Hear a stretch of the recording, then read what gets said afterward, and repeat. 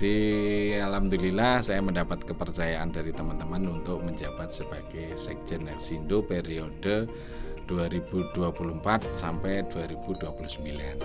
Banyak banyak kejadian IMB itu sudah terbit tapi dokumen lingkungannya nggak ada. Harusnya kan sudah ada ya. PBG dan SLF ini juga memberitakan faktor keamanan, faktor keamanan bagi penghuninya, pengelolanya, tamu-tamu yang ada di sana. Jadi harus dipastikan bangunan tersebut aman. Itulah fungsinya 3 tenaga ahli. Bismillahirrahmanirrahim. Assalamualaikum warahmatullahi wabarakatuh. Ya, selamat datang di podcast mitralegal.co.id. Kali ini saya bersama dengan salah satu konsultan kita yang terutamanya mengurusin masalah konstruksi dan PBG SLF dengan Bapak Alex. Selamat datang Pak Alex. Selamat datang Pak Waskito dan teman-teman semua. Ya, Pak Alex ini beliau seorang senior ya, bisa bilang senior ya Pak ya, untuk urusan perkonstruksian ya. Nah, kita kan Mitra Legal ini ada layanan yaitu PBG SLF. Nah, permasalahannya PBG SLF ini kan topik yang baru ya Pak ya. Jadi peraturan baru ini banyak orang yang masih belum paham apa sih itu PBG dan SLF Pak. Bisa tolong dijelaskan? Ya, oke. Perkenalkan, nama saya Pak Alex.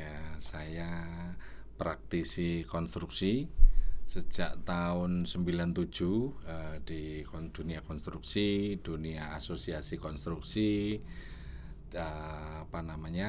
penerbitan perizinan konstruksi dan lain-lain. Nah, sesuai pertanyaan Pak Waskito tadi, apa itu PBG dan SLF? PBG dulu.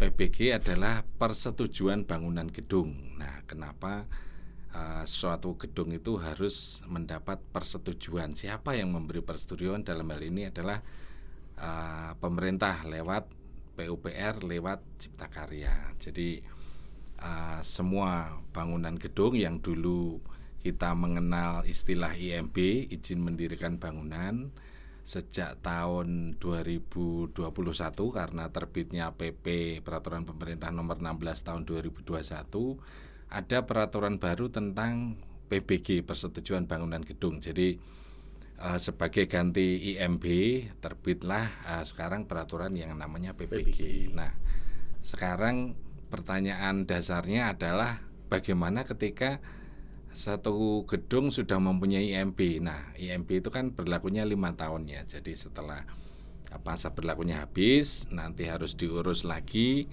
bukan IMB tetapi sekarang namanya PBG. Begitu Pak Waskito. Nah, ini kan banyak keluhan juga Pak. Untuk PBG ini kok kayaknya ribet banget gitu. Kesannya kok ribet banget gitu. Sebenarnya nggak ribet. Jadi mungkin teman-teman di konstruksi yang sudah paham, tetapi karena banyak yang belum paham, belum mengerti apa itu PBG, makanya orang mengurus PBG, terutama user atau pengelola bangunan ini merasa ribet. Sebenarnya nggak ribet, karena di sekarang ini kan sudah banyak konsultan, jasa-jasa perizinan yang bisa membantu kita, dan peraturannya sebenarnya sudah jelas. PBG itu kita bisa download peraturannya, peraturan tentang persyaratannya, tentang tenaga ahlinya, semua ada di sana. Jadi sebenarnya nggak susah sih ya, Pak Waskito. Kalau yang penting ada konsultannya. Ada konsultannya yang siap membantu. Seperti Mitra Legal ini. Iya, siap. Nah, ini pertanyaan lagi Pak. Terus apa sih perbedaannya IMB sama PBG sendiri secara ininya? Pertambahannya apa sih? Gini, kalau IMB dulu itu kita sekedar, kalau istilahnya itu kita umpamakan kita administratif saja. Kita mendaftar, kita lengkapi dokumen, pasti IMB akan terbit.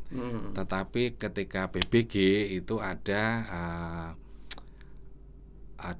proses yang namanya sidang. Jadi artinya kajian tentang gedung ini juga melalui sidang PBG. Artinya dikaji apakah gedung tersebut layak mendapatkan persetujuan atau tidak, dari segi konstruksinya, dari segi pengaruh lingkungannya, kalau di pinggir jalan dari segi lalu lintasnya dan lain-lain.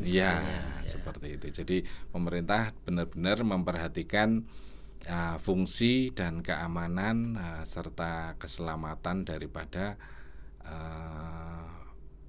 pengguna gedung dan tamu-tamu gedung yang ada di sekitar gedung. Kira-kira seperti itu, Pak Waskito. Baik. Nah, ini ada beberapa pertanyaan mungkin Bapak teman-teman itu. Saya punya rumah, masa rumah itu harus PBG pakai tenaga ahli sebagainya. Sebenarnya batasan seperti itu bagaimana? Apalagi tadi kan disebut sidang juga, Pak. Ya. Nah, masa saya punya rumah kecil kok harus sidang juga, Pak? Ini kan bagi orang awam kan ngeri juga gitu. Batasannya seperti apa, Ya, Pak? batasannya sebenarnya berdasarkan luasan ya. Nanti kita bisa lebih jauh lewat konsultan-konsultan seperti Pak Waskito ini. Beliau sudah punya tim yang bisa menjelaskan, bisa membantu berdasarkan luasan itu apakah harus nanti ujungnya ini Pak Waskito, biaya retribusi. Jadi yang membedakan adalah luasan dan biaya retribusinya. Semakin besar, semakin rumit bangunan, butuh keterangan atau kajian yang lebih detail, biayanya biasanya makin tinggi, tetapi tidak setinggi yang dibayangkan orang, karena sebenarnya margin atau peraturan atau batas-batas untuk biaya tenaga ahli dan retribusi itu sudah ada peraturannya. Iya. Jadi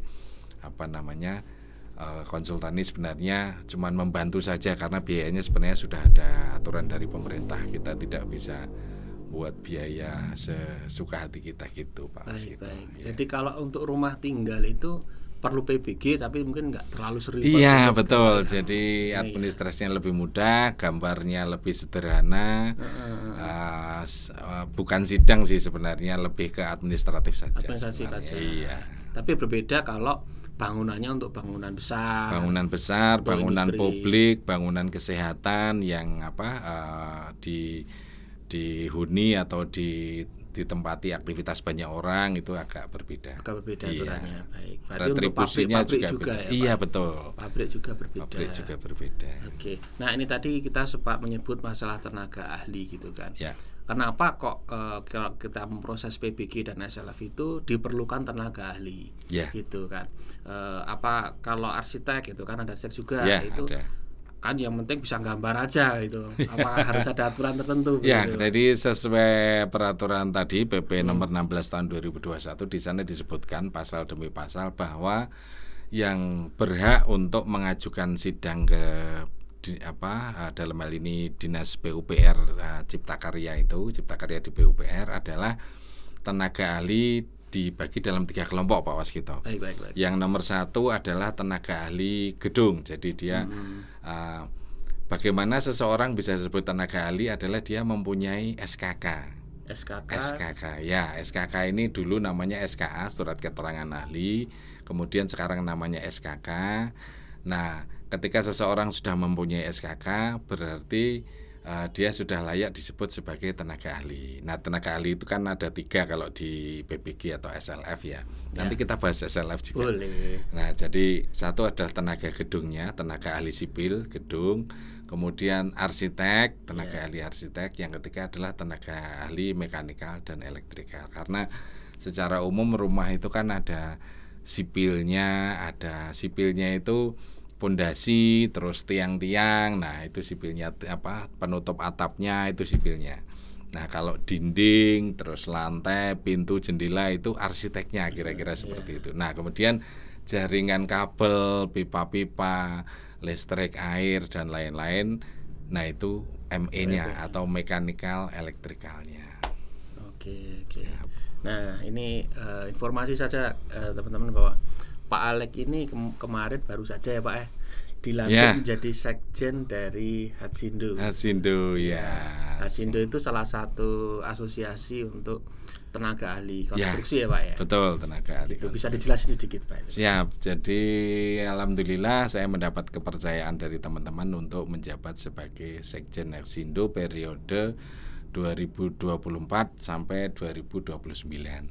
Jadi untuk diketahui di konstruksi itu kan ada asosiasi badan usaha, ada asosiasi tenaga ahlinya juga ada. Jadi tenaga ahli ini diwadahi dalam satu asosiasi asosiasi nggak cuman satu ya, ada beberapa, mungkin teman-teman bisa googling. Salah satunya kita masuk di 3 besar itu adalah Hatsindo.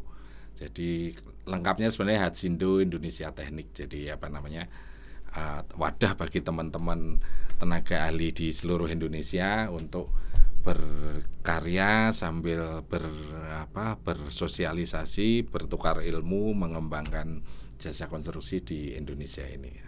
Kebetulan alhamdulillah dipercaya teman-teman kemarin, baru bulan kemarin, belum lama. Baru sebulan. Iya, masih fresh ini. Baik. Hatsindo kan juga bisa untuk membantu bagi teman-teman mungkin yang membutuhkan SKK tadi. Ya, betul. Itu bisa ya Pak ya, dibantu. Bisa. Jadi di Hatsindo saat ini sudah ada 270 jabatan kerja atau istilah kita Jabker.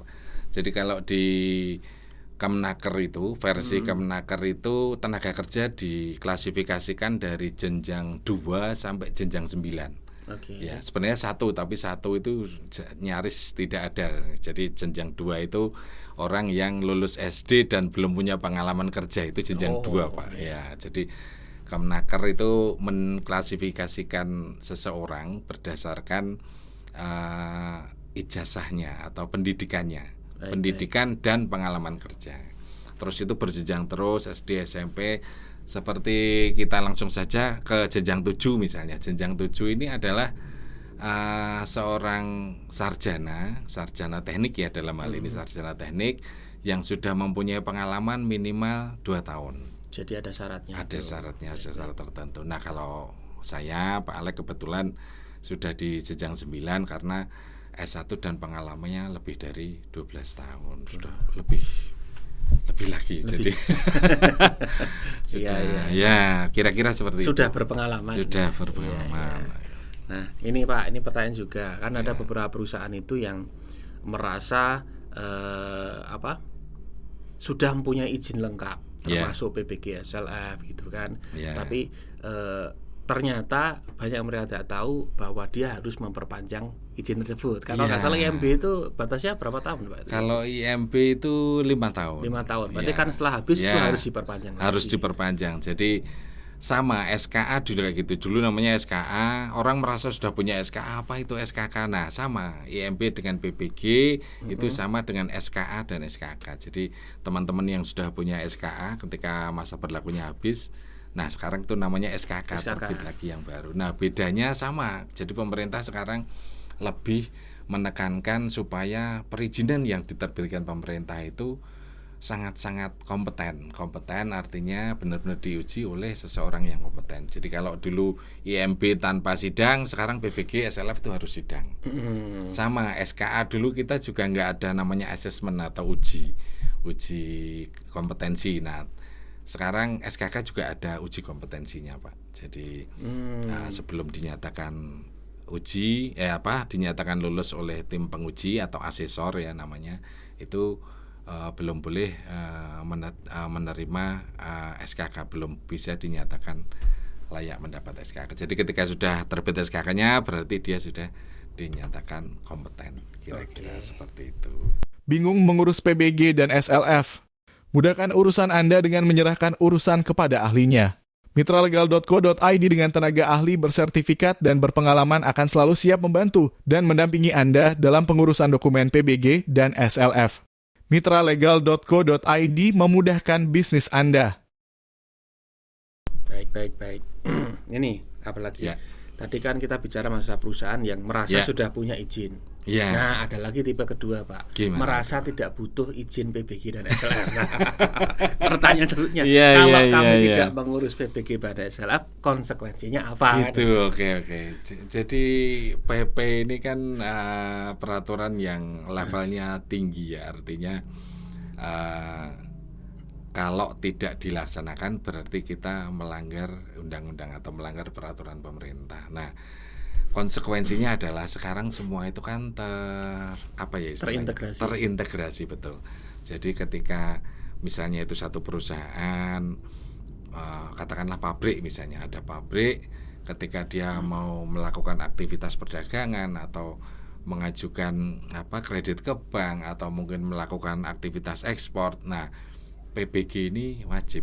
Wajib. Itu ada lagi selain PPG adalah SLF. SLF. Ya, SLF itu adalah syarat layak fungsi atau layak fungsi sebenarnya tulisannya itu, tapi orang biasa menyebut syarat layak fungsi. Sertifikat layak fungsi. Ya, itu nanti kita bahas.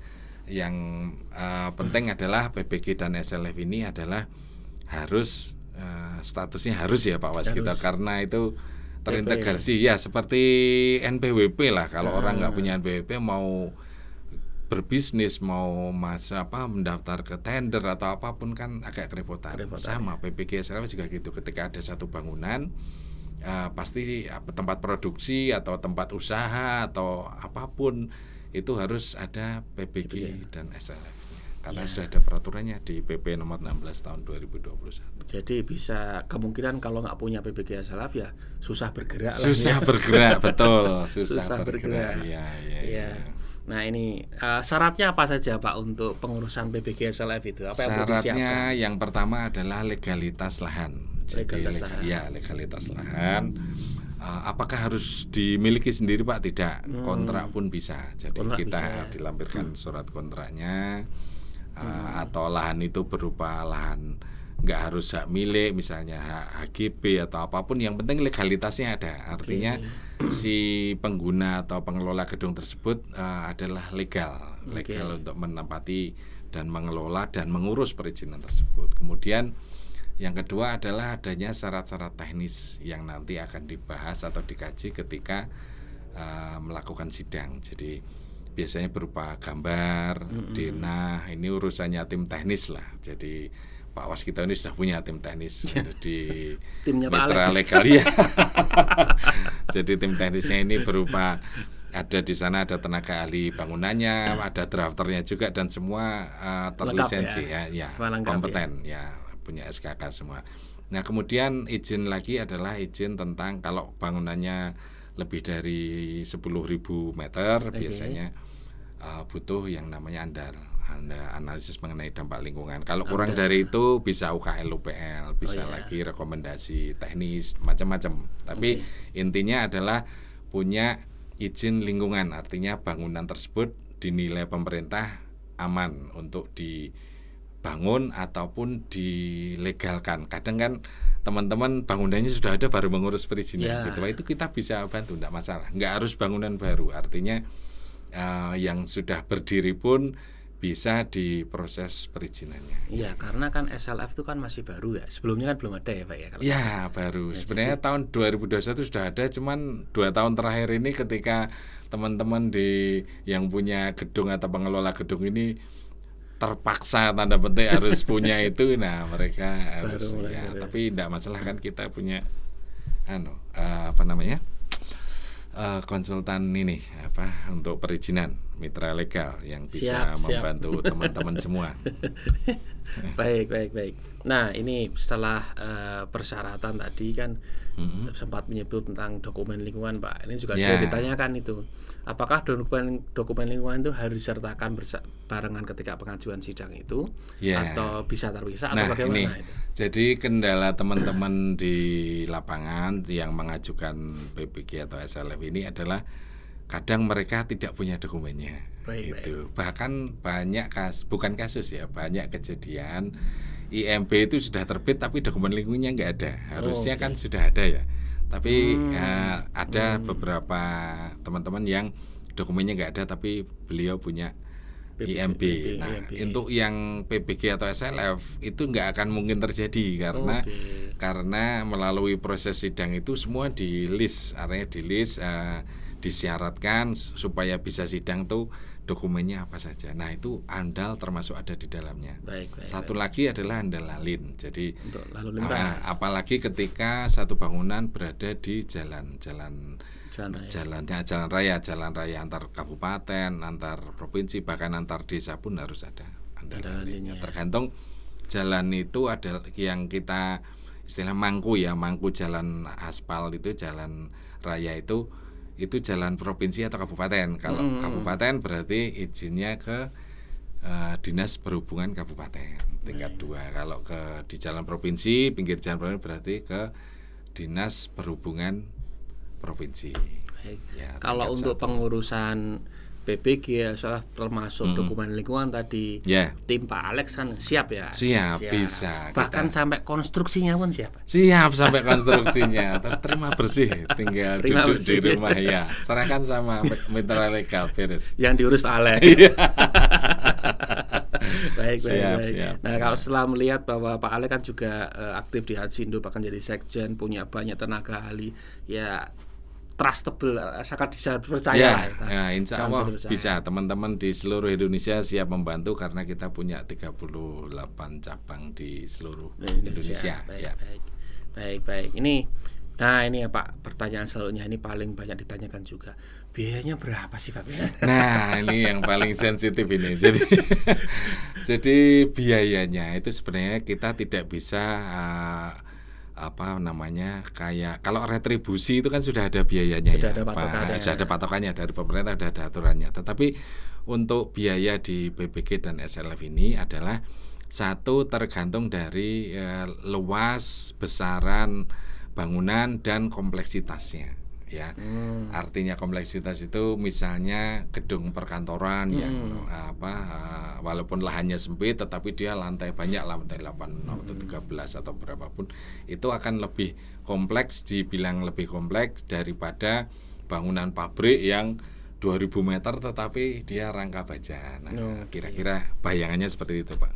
Jadi lebih kompleks, kompleksitasnya itu berpengaruh di biayanya. Kenapa biayanya lebih tinggi? Kan sama saja, tinggal ngitung retribusinya. Jadi enggak seperti itu karena PBG dan SLF ini juga memperhitungkan faktor keamanan. Faktor keamanan bagi penghuninya, pengelolanya, tamu-tamu yang ada di sana. Jadi harus dipastikan bangunan tersebut aman. Itulah fungsinya 3 tenaga ahli tadi Pak Wasito. Jadi karena yang dikaji lebih kompleks, yang digambar lebih rumit, perhitungannya juga ada itu lebih rumit, kira-kira itulah yang mempengaruhi biaya. Dan itu diujian, Pak, ada pengujiannya. Ada ujinya. Nanti yang uji juga dari pemerintah dan konsultan independen. Jadi ketika sidang kita nggak cuma berhadapan dengan wakil dari Cipta Karya, tetapi juga dengan konsultan independen yang dibayar oleh negara, dibiayai negara untuk menguji kita. Jadi nanti benar-benar PBG dan SLF yang diterbitkan oleh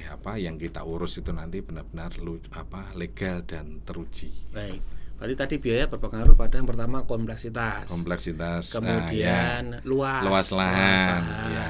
Kalau untuk ini Pak, ada satu lagi Pak Wasito. Jadi biaya itu tergantung dengan wilayah. Artinya baik. DKI dengan Jawa Tengah pastinya beda karena retribusinya berbeda. Ya, kira-kira seperti itu. Jadi kalau ini Pak, faktor kalau di KBLI itu kan ada tingkat resiko. Nah, tingkat resiko itu pengaruh nggak dengan seperti itu Pak? Pengaruh juga. Pengaruhnya nanti di kajian. Jadi kajiannya pasti lebih detail, lebih lama, lebih kompleks, lebih butuh banyak orang yang kompeten yang bisa menjelaskan dan memastikan bahwa bangunan kita aman. Kira-kira begitu. Baik. Jadi kayak tentu saja rumah sakit dibandingkan dengan gudang berbeda ya. Betul dibandingkan. Rumah sakit kan sangat kompleks sekali. Sangat kompleks. Iya, baik. Nah, ini juga berapa lama biasanya pengurusan PBG itu dari awal sampai akhir, PBG dan SLF? Nah, ini kalau range-nya rata-rata sih antara, biasanya ada yang kurang dari 1 bulan untuk daerah-daerah yang antriannya tidak panjang. Jadi yang bikin lama itu sebenarnya bukan prosesnya tapi antriannya Pak. Antrian sidang tadi. Antrian sidang betul. Karena satu case, satu permohonan PBG dan SLF itu kadang nggak cukup sekali sidang, bisa 2 kali, 3 kali, nanti minta tinjauan lapangan, dicocokkan benar atau tidak ini sesuai yang di sidang, jangan-jangan bangunannya sama yang disidangkan beda gitu. Nah, kadang ada minta tinjauan lapangan. Nah, biaya bukan biaya kok saya biaya terus ya. Jadi waktu tunggu inilah yang bikin lama. Itu sebenarnya di tiap daerah beda-beda. Kalau di DKI Jakarta misalnya atau di Banten yang banyak tempat-tempat produksi pabrik-pabrik besar itu biasanya waktu tunggunya agak panjang. Jadi biasanya lama. Kalau Jawa Tengah relatif lebih cepat lah. Dibanding Jakarta. Dibanding DKI.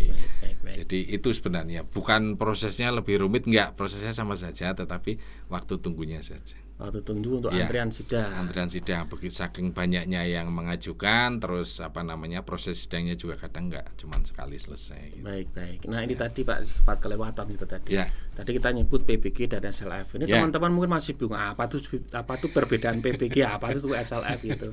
Iya. Jadi kalau PBG itu kan persetujuan bangunan gedung itu sebagai pengganti IMB sebenarnya. IMB berarti sebelum bangunan dibangun. Ya, itu saja. Nah, ketika SLF itu bangunan yang sudah jadi, yang sudah terbangun, nah itu baru diproses perizinan SLF-nya karena yang diuji adalah lingkungannya, airnya, terus udaranya, cahayanya gitu Pak. Jadi kondisi bangunannya, terus nanti ketika ada keadaan darurat misalnya gempa atau apapun, kebakaran, nah perangkat K3-nya ini berfungsi atau tidak kira-kira sampai sejauh itu Pak. Makanya disebut SLF itu tadi, syarat layak fungsi. Ya, baik. Nah, ini mungkin ada beberapa juga yang bertanya begini, kan ada PBG dan SLF. Ya. Itu kan PBG itu sebelum bangunan dibangun. Ya. SLF sudah bangunan dibangun, gitu kan. Mungkin ada jeda waktu itu. Ya.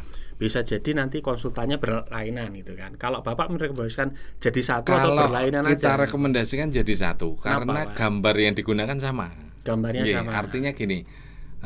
Banyak yang sudah kita urus, kita handle, ya Pak Os kita juga tahu. Jadi ketika bangunan sudah jadi, mereka mau ngurus PBG biasanya sekalian SLF. Karena apa? Karena dokumennya sama.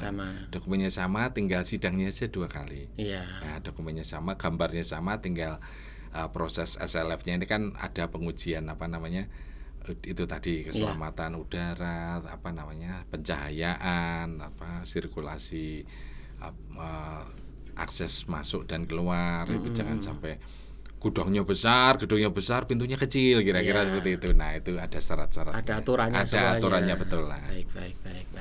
Baik Pak, ini terima kasih sekali, semoga bermanfaat ini teman-teman yang mungkin lagi berpikir bagaimana sih ngurus PBG dan SLF ini, karena kan termasuk peraturan baru. Masuk baru. Kalau seandainya rekan-rekan yang mau membuat perizinan untuk PBG SLF, bisa langsung hubungi kami di mitralegal.co.id. Nanti langsung akan di-handle oleh Pak Alex. Oke. Baik, terima kasih Pak Alex atas waktunya. Sampai jumpa lagi. Teman-teman. mitralegal.co.id memudahkan bisnis Anda.